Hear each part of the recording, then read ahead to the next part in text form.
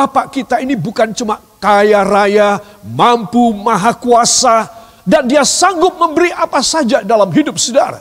Tetapi dia juga Allah yang bijaksana. Katakan di rumah saudara, dia Bapak yang bijaksana. Iya, benar. Jadi dia tidak mau dengan pemberian-pemberiannya saya dan Anda mengalami cilaka. Saya dan Anda mengalami masuk neraka. Dia tidak mau. Itu sebab dia memberikan satu pagar dalam segala janji yang obral kayak begini.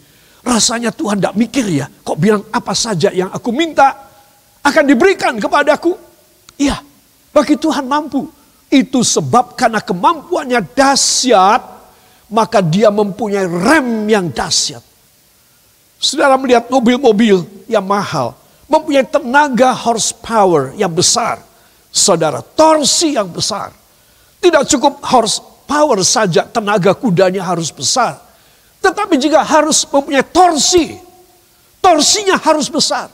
Mungkin tenaga kudanya tidak besar, tapi torsinya kalau besar, wah dia bisa mengalahkan mobil-mobil yang lain yang mahal. Saudara, nah di sini maksud daripada ayat ini. Supaya Anda dan saya memiliki satu torsi dari Tuhan. Ini torsi yang membuat kita perbandingan tenaga itu luar biasa keluarnya. Saudara, tetapi selain tenaga kuda, selain torsi, jangan lupa. Kalau remnya murahan, kalau remnya yang dipasang oleh ini mobil yang mahal dan bertenaga besar, rem yang seperti mobil-mobil di bawah 1 miliar, cilaka yang numpang. Bisa cilaka. Kalau tenaganya besar, torsinya besar, remnya harus hebat dan dahsyat. Remnya harus berbeda. Saudara, mungkin harga 4 remnya itu sudah 1 miliar. Saudara, apa sebab dengan torsi dan tenaga yang dahsyat, perlu rem yang sangat safe. Para kekasih, Bapak yang saya punyai, Bapak yang Anda miliki, adalah Bapak yang mempunyai rem yang dahsyat. Kalau dia mau memberikan satu tenaga dan torsi yang besar, segala kemampuan sampai dia menjanjikan Matius 21, 22, dan apa saja yang kamu minta dan doa dengan penuh keyakinan, kamu akan menerimanya.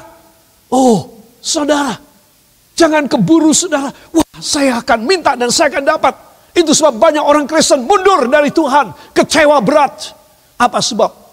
Because he or she cannot receive from God all the promises of God, because they only receive the words of God with their mind, with their thinking, dengan segala pikiran dan segala kemampuan mikir mereka saja.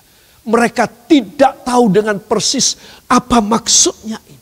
Jangan lupa, seperti perumpamaan tadi mobil, dia punya rem yang mahal. Rem yang pakem dan yang bukan cuma set, mandek, semua akan numplek, semua akan cungkir balik.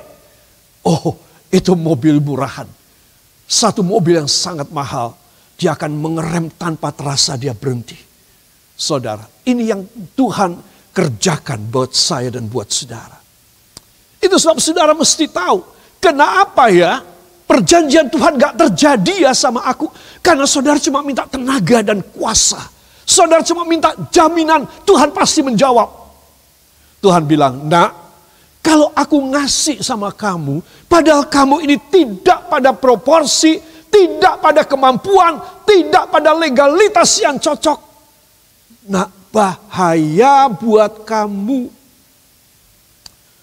Mungkin Anda baru kepikirkan. Itu sebab ini penting sekali pelajaran pagi ini saya sampaikan. Saya membandingkannya dengan Matius 21, 22. Supaya apa? Supaya saya dan Anda bisa mempunyai pikiran ilahi. Katakan, pikiran Allah Bapa saya, pikiran Tuhan Yesus harus saya miliki walau hanya sedikit. Katakan, walau hanya sedikit. Ya, itu betul.